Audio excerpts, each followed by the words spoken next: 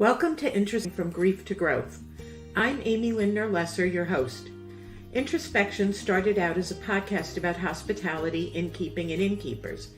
After about a year, I realized that my life and interests have morphed from hospitality to helping others navigate from grief and loss to growth and living.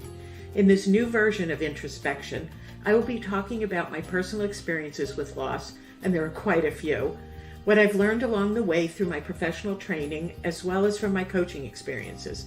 I'll also be bringing in guests to share interesting ideas. So grab a beverage, find a comfy place, take a deep breath, and listen in. Welcome to Introspection. I'm Amy Lindner Lesser, and today my guest is Maribeth Decker. Maribeth is a retired Navy officer. She's an animal communicator, a medical intuitive, and an energy healer. She's also the author of the Amazon bestseller, Peace in Passing, Comfort for Loving Humans During Animal Transitions, and it's now in its second edition. Maribeth found her calling as an animal communicator after becoming a Reiki master when her Siberian Husky, Mitsubishi, cursed her out as she tried to do some energy healing on him. She probably thought it was, he thought it was okay because, well, he was just swearing like a sailor, and that got her attention. Maribeth, welcome. We're glad to have you. Thank you. I'm glad to be here. I love that story about Mitsubishi because it made me laugh. I do too. It sounds like he was an amazing dog. He was an amazing dog. He just came in after my first husband passed away and the kids were little, and he kept me going in many ways, and with a good sense of humor too. So I love that guy. And you picked a good kind of dog to communicate with, because from my knowledge of Huskies, they're quite vociferous. That's a good way to put it. Yeah, he was a good singer, and he was a huge personality. And what was very interesting was that at the time I didn't know what animal communication was, so in my head I was saying, "Dang, if Mitsubishi could talk, I swear he just swore at me." And later I said, "Well, he did."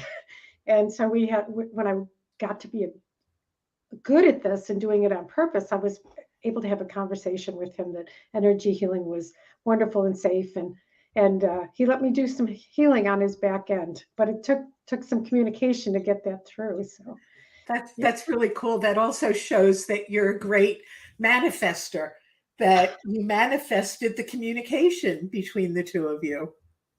Well, I like hearing it that way, yeah, because obviously our animals, well, to me, obviously our animals have been able to communicate with us, and for me the difference was, for me, maybe changing my energy a little bit. You think of back in the old days when you had a radio that you turned the knob and you finally get the exact right place where it's clear. That's what it feels like sometimes with animal communication, is, getting that perfect tuning in with your animal. Very interesting. Yeah. So how did a retired naval officer end up being an animal communicator? That's got to be a good story. Well, it is to me. I after I retired, I started taking some energy healing classes, Reiki. A lot of people know what that is, and then my dogs started communicating with me. It was like, what the heck? I loved it because my little dog Eddie, after she passed, she went with me on a plane. Now, this was my experience of it, and I had to go to an annual meeting out of town. Like a day after she passed, and I was just so upset. She stayed and comforted me on the plane. I was actually petting her. I think they thought I was crazy because I was like, what the heck is that woman doing? And she stayed with me in the hotel room another day, uh, and helped me just get it together so I could be there and staff it and everything. My dog Timmy showed up as a full body apparition sitting in the dining room looking at me with one ear up and one ear down. I'm like, Timmy. And then he disappeared. But in that second, I knew, again, animals survive death. He was happy and he showed up to let me know he was happy. So, and I had a couple, experiences like that. And after we had Mitsubishi, did that. And then I got my dog Tibor. And Tibor was showing me some visuals that was just like things in my head about dog training. And Tibor had a really rough start, and so I think somebody was trying to be a protector, like a junkyard dog might be the word to say it, but that wasn't him. And that's it. I finally, hey, what is this thing? And my friend Mary said, well, that's called animal communication. I said, okay, well, I got to learn how to do it. So you can thank my dogs for this. I think that's great. Yeah.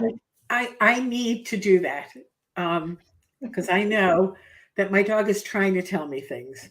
He, yeah, I finally figured out after how many months has he been with me? Like 9. I finally figured out that usually when he's biting my elbow, he's telling me, Mom, I need to go out. Open the door, take me for a walk. And I'm like, can't you find another way? Can't you actually speak to me? So I have to learn. And I know that you're teaching people how to do this. I am. My class, I have a class that's, I teach in the spring and I teach in the fall, and it's 12 sessions, and it's online and live with me. So people actually from United States, Canada, and a couple other places in the world have been with me. And we practice with our own animals and with other people's animals, and it's great. Um, and I love it. I really love it. I just feel like if we had an animal communicator in every family, how would that change our relationship with other species? Let's just put it that way, Well, if we could communicate with animals, can you imagine how much easier maybe it would be to communicate with human beings where we're using the same language? I mean, that would be that was my hope, and that maybe fabulous. we could expand our love for our animals to other human beings. Wherever it starts, it's a good thing. There are certainly days that I would much rather be with my dog and my cats than with human beings. And even with the birds outside, I talk to the birds who come to my feeder all the time. Oh, yeah. I definitely, and people may think I'm crazy for this, I believe that they're bringing me messages and I just have to figure out what they are. I also believe that they're sent from certain people. So, for example, when I see a female cardinal, I'm like, okay, are you mom? Are you grandma? Or are you my best friend Liz? Who's here? What's the message? What do I need to know? And I do the same thing with the male cardinals. My late husband, my father, my grandfathers. Who are you? I love that. I love that. A lot of people said cardinals are really good at bringing in spirits that have passed. Well, and the first time I saw deer in my new house, my current house, was on my birthday. And I thought, that's really interesting. I believe that it was a message from my dear, my husband, that it was my birthday. And, so I thanked him and I missed him. And I was like, keep sending them. I love seeing them. That is wonderful, Amy. I'm so glad to hear that you're getting those messages. How comforting it is, isn't it? It definitely is. So you have a wonderful book that I have read. It's called Peace in Passing, and there's more to the title, but I remember the Peace in the Passing. And tell me a little bit about what led you to write it, what your hopes are for people who are reading it, and for the two and four-legged animals. Yeah. So when I first wrote it, I think it was in 2016, possibly. I wrote it because I was astounded that so many people believe that the loss of a beloved pet, an animal in our family, was a trivial event. Like the idea that I couldn't say to my boss, I just lost my dog Eddie, who's been with me for 10 years. I don't know if I can go. But if it had been and my husband, of course, I don't expect the world to change. But there were things like things coming out of people's mouths like, it was just a dog, get another one. Like, obviously, you have not experienced the joy of these individual souls in your family. So I wanted to help people realize you're not nuts. You probably have a closer, this is hard to say, sometimes a closer connection with an animal than the people in your lives. And to make it more palatable, I would say, because you probably, in many cases, there's fewer regrets, grudges going on that we have with people than there are with our animals, where we have a different experience of them. Our animals, our animals love us unconditionally.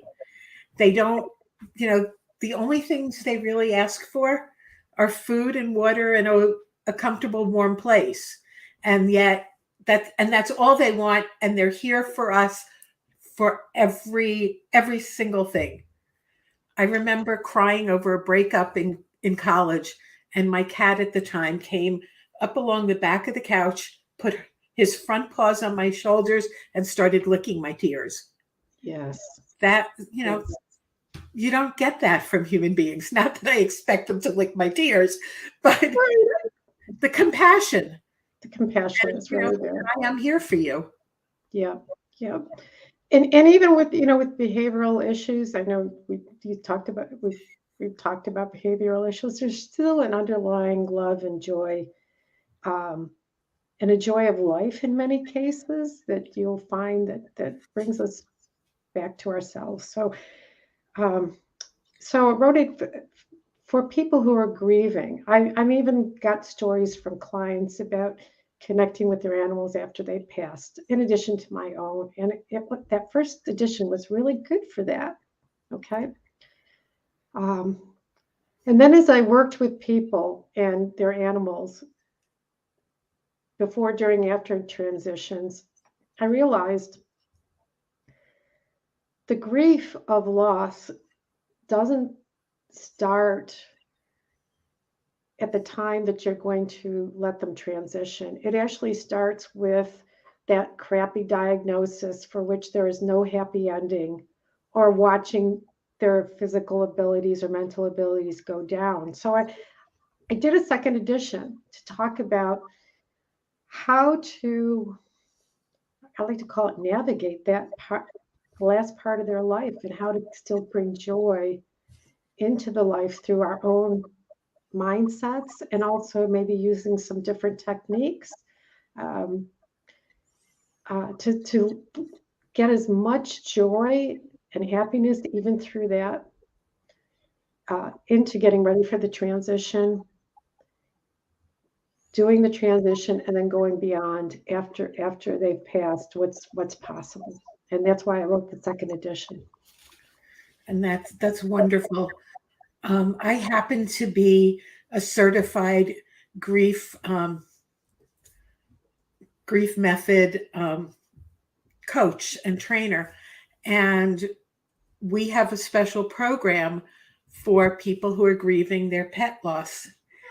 So here is a large international group of people who have been trained to work with with those who have lost their pets, where, so they're realizing that there is major trauma around that loss, even though most of the world has not understood that or accepted it, but it's there. That's true. I remember early on, I talked to somebody and I was talking to him on the phone, and he was, I think we only think women cry about the loss of their animals. Not so. He was beyond tears. He was breaking down over the phone about how much he missed his dog. I think it was a dog. And I said, well, how long has your dog been through, gone? 9 years. That grief was still there. There's many reasons why that would happen, but that's a profound. So yeah, we need to realize that that's something that happens to many of us when we're that connected to our animals. Definitely.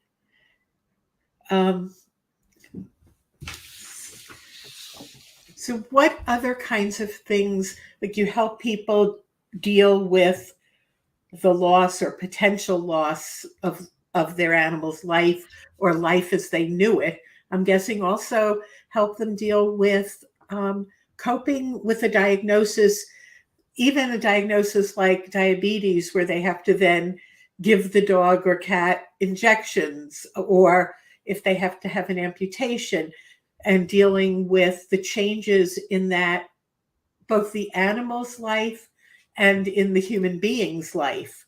And you talk about human guardians.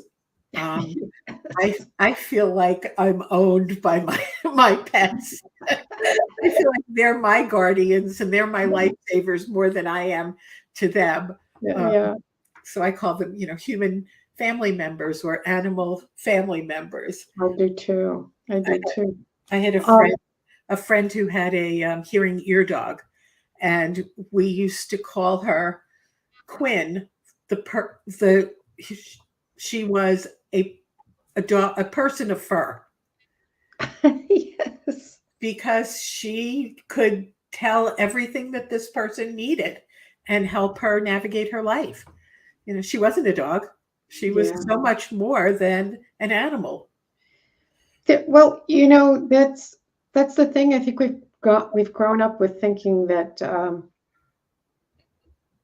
humans are the only ones that have certain abilities, and luckily science has jumped in, and some great scientists have jumped in and started studying animals, and a lot of those studies are done humanely, thank you very much, and they're finding out that indeed animals have affection, they have love, they have compassion, they have problem solving abilities, they grieve. And so one of the things we need to do is kind of like stop those thoughts and say, who is this being who's really in front of me? What capabilities do they have? And not just say, oh, I'm sorry, you must be making that up, because only humans can feel compassion. I don't know if you're thinking about the story maybe about a year ago about the elephants who made this, like, I don't remember how long, but I'm going to say a month trek back to where their caregiver had been. Yeah. Like on an anniversary of the person's death, I believe is what it was. And they tried to pay their respects, which, like, we don't think about that. I know how difficult it is adopting an animal who has been living with somebody for years and that person may pass, and how the animals grieve. You see stories all the time of that the dogs who go to the cemetery and lay on the grave of their owner, it's heart-wrenching.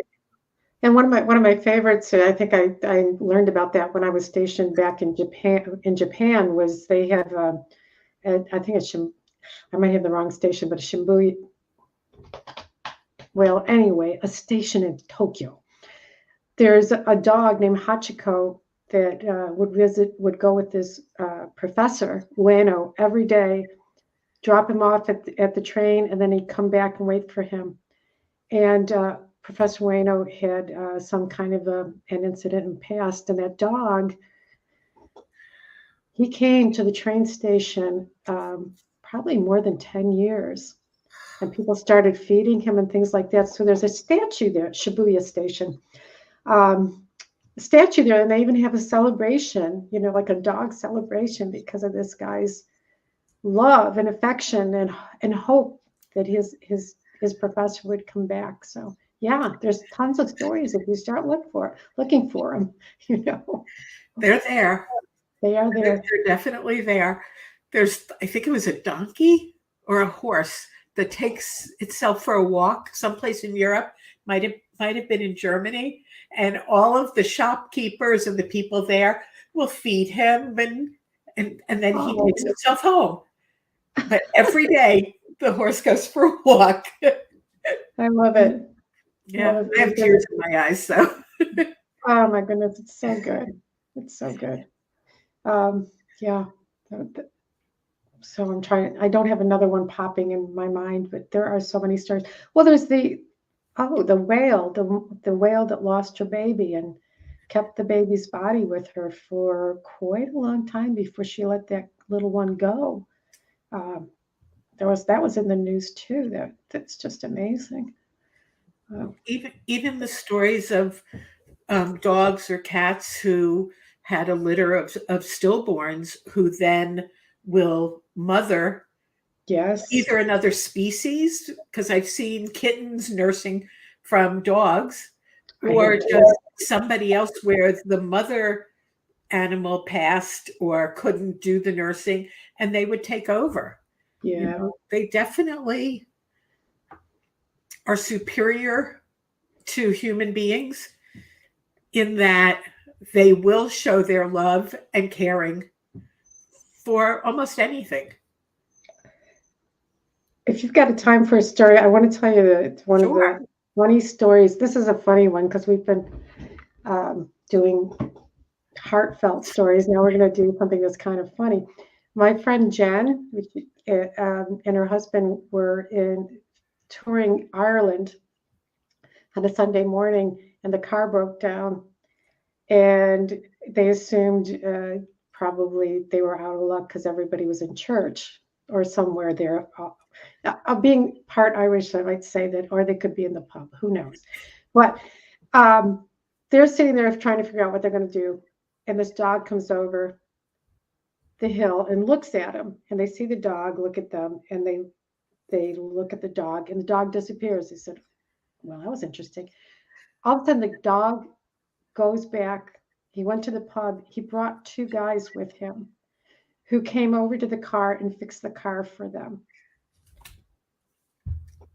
The person who told me the story, I trust her. This is a true story. So there's even a problem solver with compassion. It's a true life. Right? It's a true life Lassie story. It is. Lassie was always saving the kids or the other people, and yeah. So they do. Yeah. So I do have a mindset. I do have a mindset I'd like to share with people that might help them.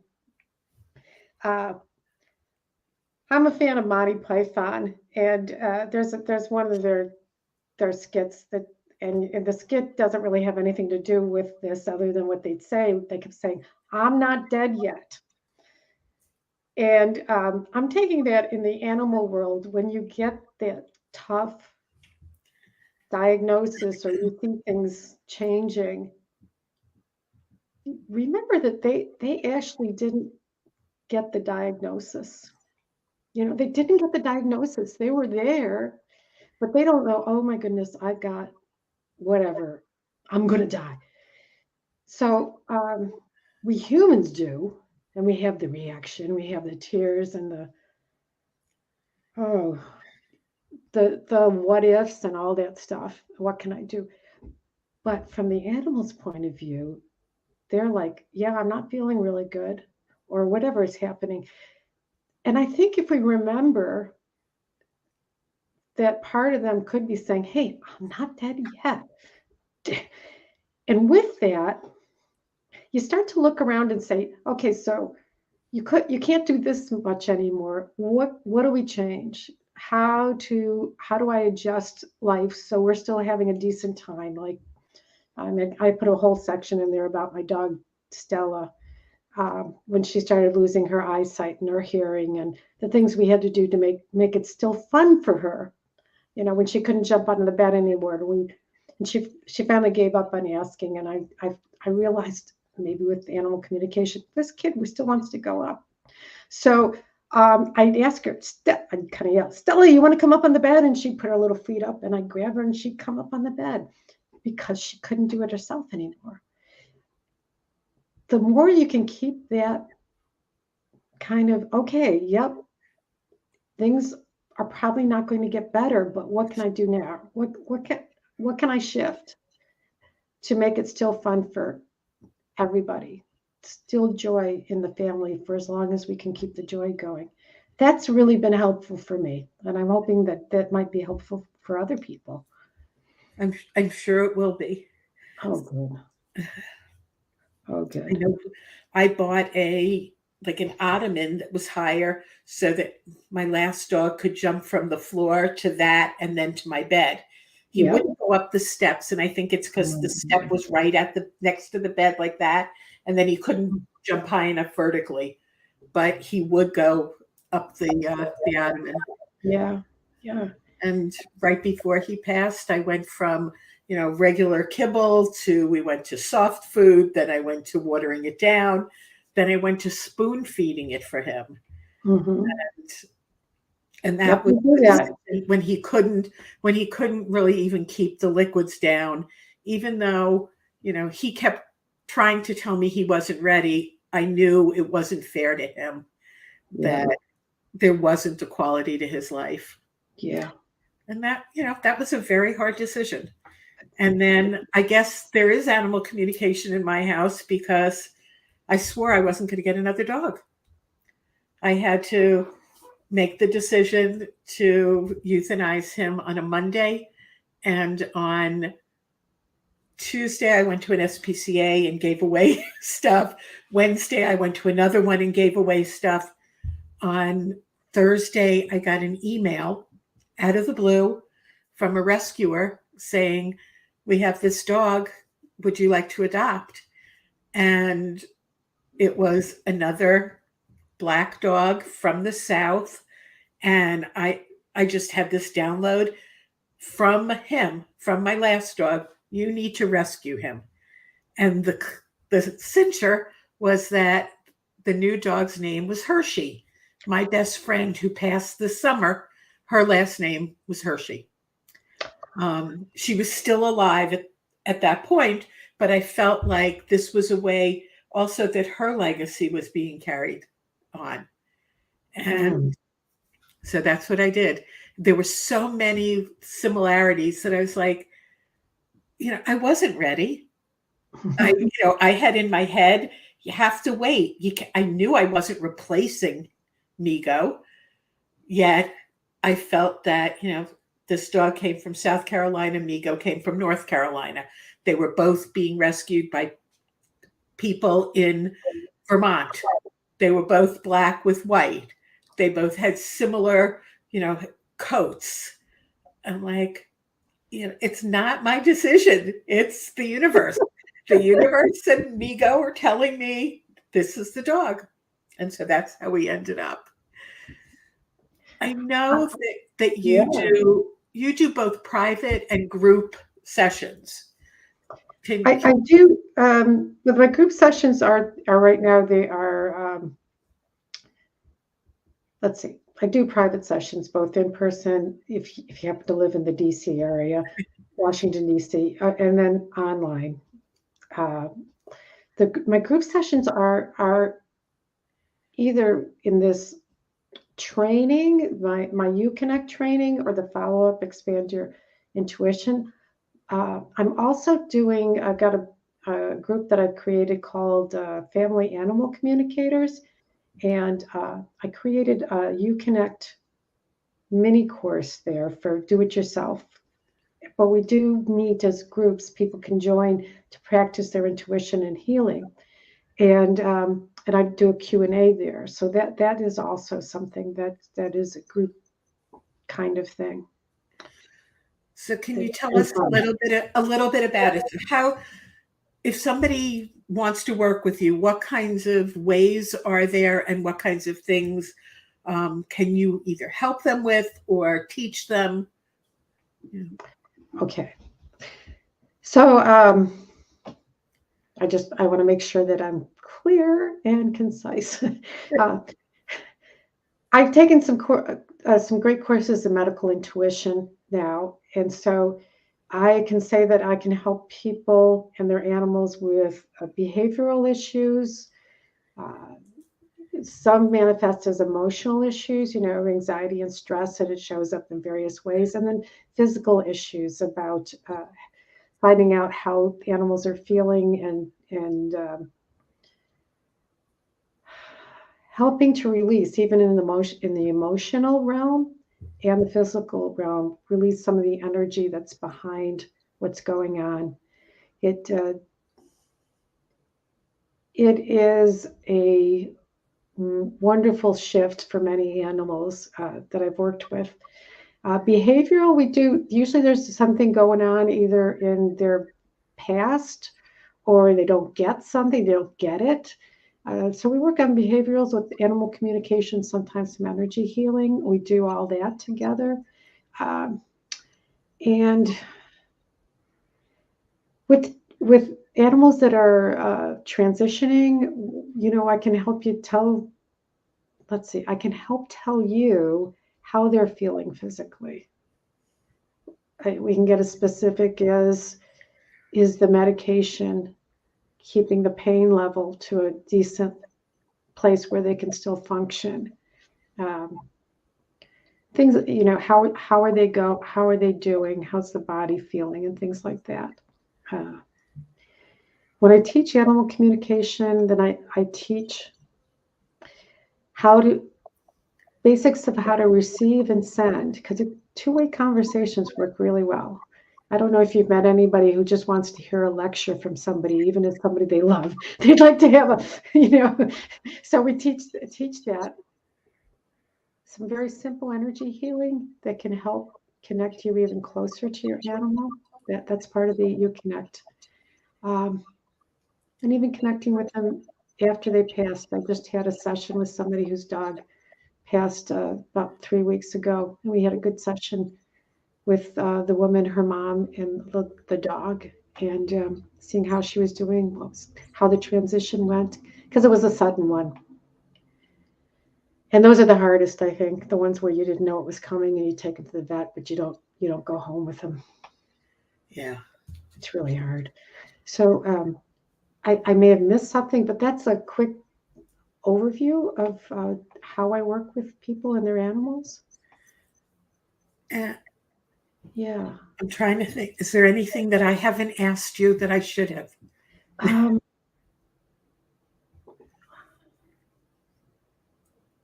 getting quiet to see if there is anything.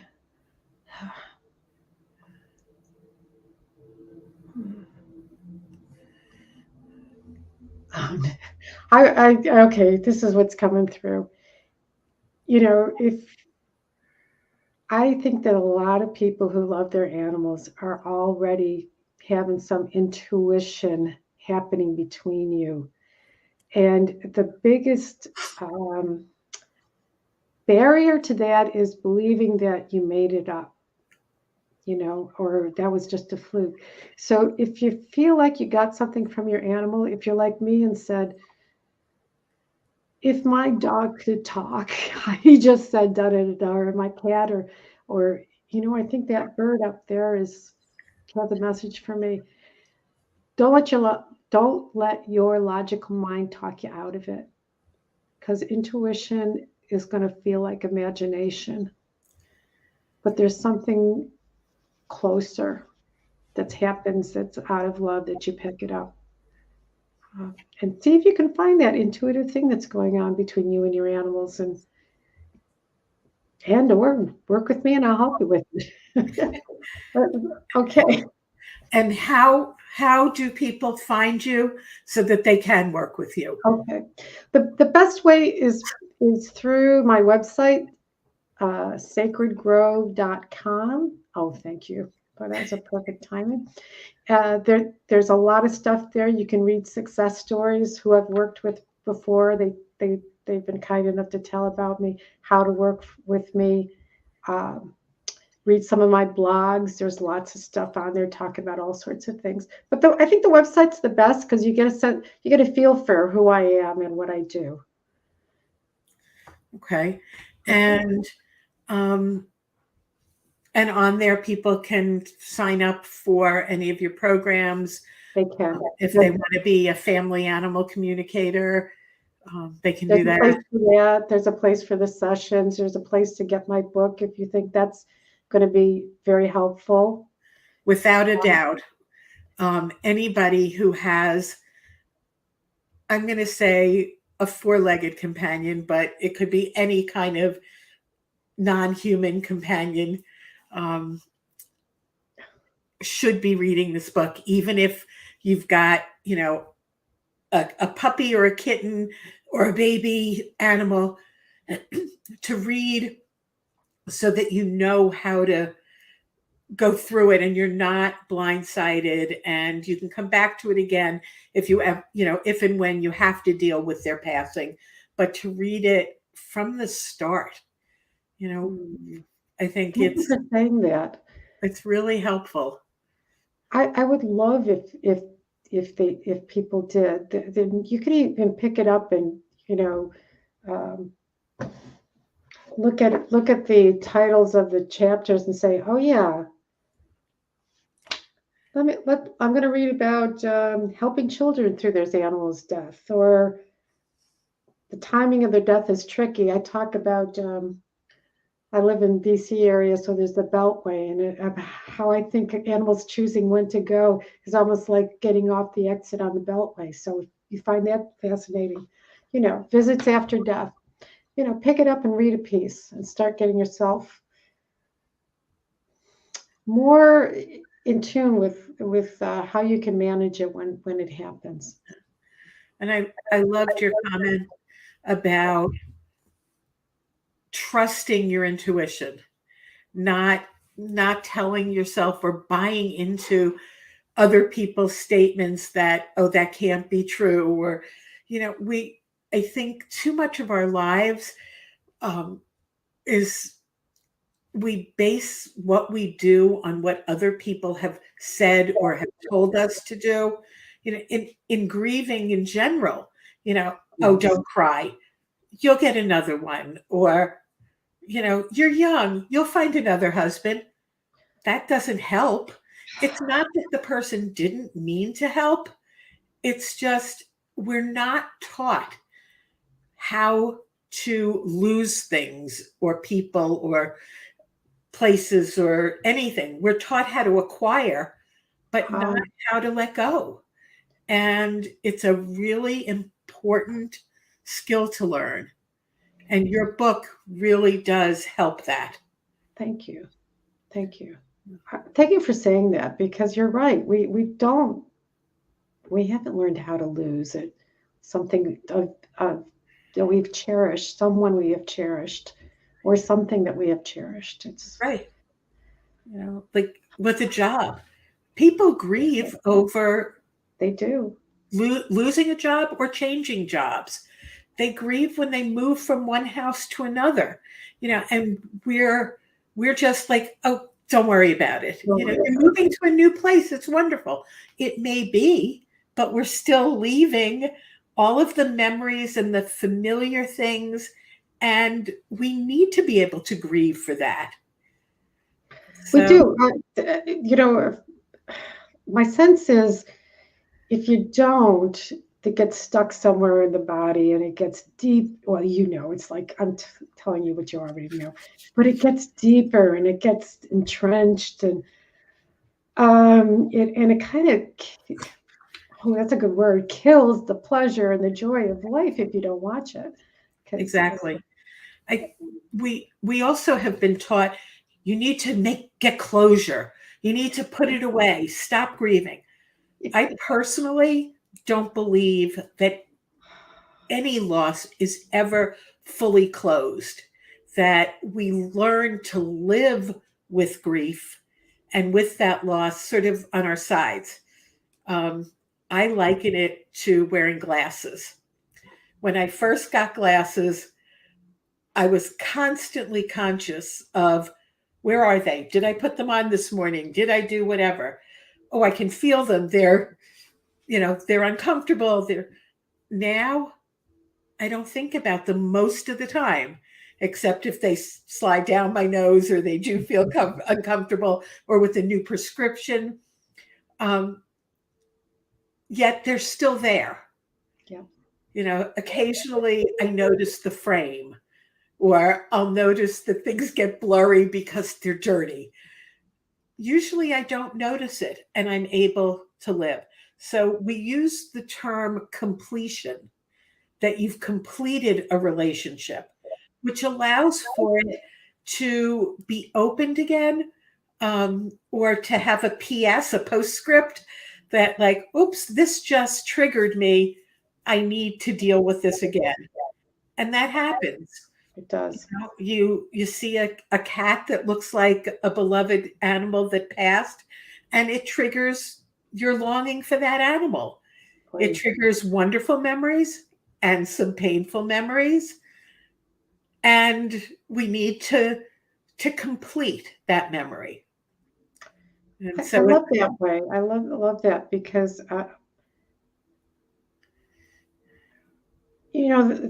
that there seems to me that with a major loss, there's probably always going to be something that's going to remind you, and it sneaks up. It's not like Maribeth, you're in your planner at 2:30 in the afternoon. You're going to start to feel.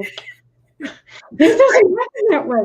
But if you've got some completion, you can say, "Oh yes, I still love that being and miss them," and okay. I'm still a good, compassionate human being. I still have feelings, Exactly. And sometimes we are aware when that memory is going to come up and come out of your eyes. Yes. Other times we're not. Like I was having a rough time last week, and I couldn't figure out why. I was just on the verge of tears the whole week. Nothing that I could think of. And then I started to realize, well, let's see, there was Valentine's Day. That's a tough day if you're single. There was a former friend, a very dear friend, who I chose to end the relationship, but his birthday was that week. And then in the next 2 weeks, when I'm away, there's the anniversary of my mother's death and my late husband's birthday. So it's like, okay, all these things are piling up. All right, I understand it. I have completed those relationships, but there are triggers, and anniversary reactions are very normal. Yeah. Grief is very normal. And probably our society is the worst with it. We have tried to make it abnormal. As one of a very, very special, very bright man taught me, sad isn't bad. And I love thinking about that. I love that. It's okay to be sad. And it's even better when you know what is making you sad. That's helpful. Yes. Yeah. Yeah, it is. It really is. And people, I'm willing to feel those feelings because I'm told, and I believe it's true again, that if you shut this down because you don't like it, then the positive feelings can't come out either. There's some weird mechanism. So I'm willing to go through the tough stuff. Yeah. To get back to the joy and the love. We both worked with a coach who talked about feeling the feelings, that emotions are just that. They're not good, they're not bad, they are how you feel. And when we can accept that, it allows us to be more grateful, more present, more joyous. Yes. And, if you never had sad moments, how do you know if you're happy? There's nothing to compare it to. No. The other, this just came to me, so I guess I'm supposed to share it. The other beauty of it is, I think I've become a more compassionate and understanding human being, having gone through my own stuff and owning it, the good, the bad, and the ugly. So I cherish, that's a hard way to say it, but I found some good in it. And Yeah. I'm willing, and so I'd say, well, yeah, so now I know. Now I know what it's like to, for instance, to lose 3 animals in 6 weeks. Yeah. You've been through it. an awful lot. And, and I think that that's also helped you not just be more compassionate, but also to see what are the lessons from that. Yes. What was each of those animals here to teach you? Yep. And in your case, and probably everybody else's, how can you then take that and teach and help others? And you do that so beautifully and so well. Thank you. Thank you. You do. And I watched you through that time with things that you were going through with your Facebook things. And it's tough. It's really tough. And as you said at the beginning, when we talked about Mitsubishi's death, that you can't necessarily tell your boss or other people, I'm not coming into work for the next week because I'm going to mourn the loss of my beloved animal. Yeah. No. Most places will not accept that. So, thank you. Well, thank you.